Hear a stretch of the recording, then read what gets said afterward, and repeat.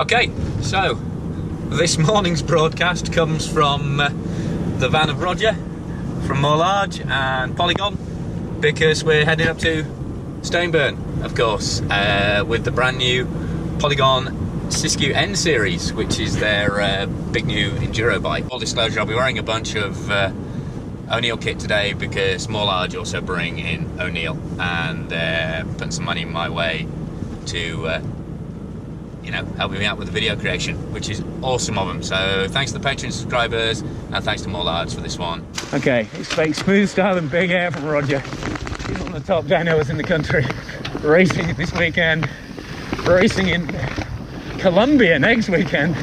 So yeah, that's what this bike can do in the hands of a skilled operator. You know what? Back end in particular feeling good. Torque's not quite there yet, but yeah, I mean, look at the way he's planting through turns. Plenty of weight in that outside foot. Nice. Yep, tires feeling a little firm, they could, but probably because I've got tubes in. When it does start sliding, both tires sliding really, really well together. Frame is definitely stiff, so certainly no shortage of accuracy. It reaches around 460 on this Large. So it's long, but it's not crazy long. Doesn't feel too ponderous for a big travel 29er. 65.5 degree head angle. Again, used to be a downhill angle a couple of years ago. Now it's kind of medium for enduro. Try and see how long we can keep Roger in sight down here. 160mm travel and 29er wheels. This should really haul down here. Roger is riding this like a legend considering it's a first attempt. Back end's carrying speed really nicely. Getting a bit of abuse from that fork still. But you'll notice it's leaning in really well. Making most of that soft compound Mary. And it's quiet, that's one thing I haven't said. That's the sign of a really smooth bike. And unsurprisingly, there's a bit of chatter trying to get the power down, but it's carrying speed really well. Isn't running much sag, but I don't want to drop much more out of there because it feels good as it is, and I'm getting the vast majority of travel, and it feels like it's performing right. It's certainly no hassle up the climbs, even with a fairly chunky rear tyre on. Orange stripe means it's the soft compound. Evo carcass, that's a real score for this price. It's pedalling remarkably easy, all things considered, for a big old 29er, and this is a cheap bike. Not as in cheap, oh, it's put together roughly, because, you know, nice details there, like the, I really like that, the way that links together. It's just neat. It's just a neat piece of design, the language. I think that's what you say if you're posh. That's all neatly done there, the way that clevis joint just fits in. Outside there, there's plenty of stiffnesses in the chainstays, even though that, like I say, that looks pretty scrawny and thin. Certainly no trace of that in the back wheel. And as crude a test as that is, you can see this is moving very little indeed. And threaded bottom bracket, which is always good for this filthy country, and trunnion mount shock. Okay, so one less spacer in the fork, bars roll back a bit. Happy with the cockpit on this. Brakes are pretty numb, not gonna lie, but they stop. No squealing, no irritating rattling pads. Certainly more powerful than the two-pot Tektro TRPs. And I love cheap bikes that are really well sorted, because those are the bikes that are really important. Those are the bikes that really connect people to the sport. Those are the bikes that get people involved, because they can't afford to tweak around and change stuff. And if your first big investment in a bike doesn't really give you the fun you want, then that might be it. We might lose you as a mountain biker, and that'd be a crying shame. So top work for Polygon for putting another really well sorted value option out there. And there it is, 27.5 for the extra travel that Roger's riding. And you'd be hard pressed to tell them apart just by looking at them. Pretty much exactly the same frame layout. One just looks a bit nearer than the other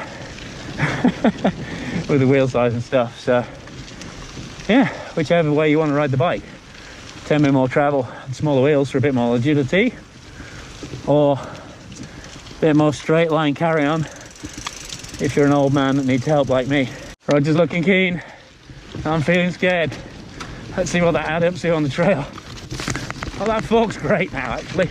Not great, but certainly well not sorted. Oh, look at the way the little bugger carries speed. Yeah, that's how you win national points races.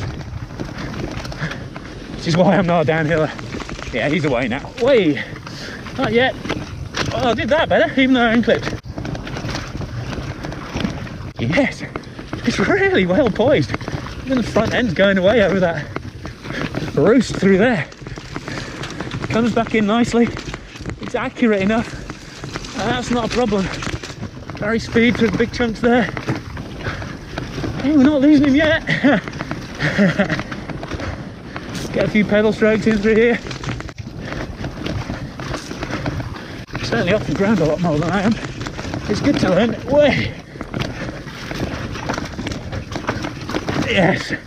Let's close up on the guns there. Go low. Oh. Oh, pulls a power move out there. Nice one, Roger.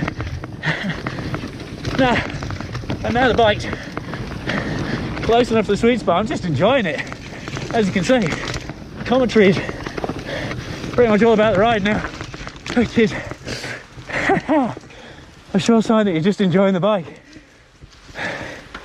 Oh, go on. Yes, got it right. For a 15 kilo bike with the shock fully open, it levers itself up here pretty damn well. Certainly not needing to pay undue attention to when I time those pedal strokes. Just get the work done. That soft shoulder tyre on the back, working well. Decent feedback through the soles of my shoes without jacking it up too much on a loose surface. So this is a firm bike that naturally rides high, but doesn't lose speed over square edges as a result. So kind of the best of both worlds, really. Feels firm when you're cornering, but isn't choke chaining you when you're trying to go through blocks or putting the power down. It's a pedaler, not a pusher. It's always good just to get a feel how a bike just kind of turns and sweeps. So, you know, whether it naturally leaves its front end running wide or tucks in or leaves a bit more thought than normal. I mean, this is pretty much bang on neutral. Right, this is a great trail. Find out if you got the fork settings right. Again, a little bit of jank coming through that fork, but I hear feel a bit of noise. But all told, that's more an example of how well the back end is driving over this stuff. 160 mile travel is always going to help, but this bit can really catch out bikes. They don't carry speed well. Yeah, there's a bit of rattle through there. Like I say, it takes a fairly big hit to get it moving through the travel. But that's what gives it that nice poise and pop. You don't need full travel. It's a nice lively bike to ride. You gotta remember, this is a high value bike, so that's it. Dealt with that as smoothly as it did. Happy days. So, there's nothing super radical, crazy about it. That Yari fork's dying for a charger damper to really make it smooth to match the rear end. It's gagging for better brakes. Something like some Z's, Guide REs, but excellent tyre pack, sorted geometry, really good back end, just an easy bike to ride, really easy to set up, and all for a properly affordable price on a really solid frame.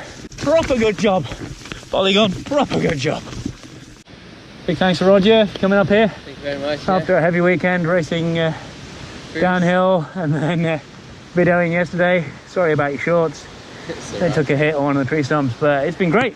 Great to meet the bike. Good to see the two side by sides as well.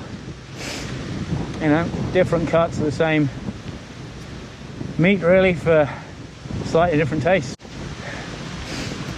Thank you very much. Cheers, fella. It's a pleasure riding with you.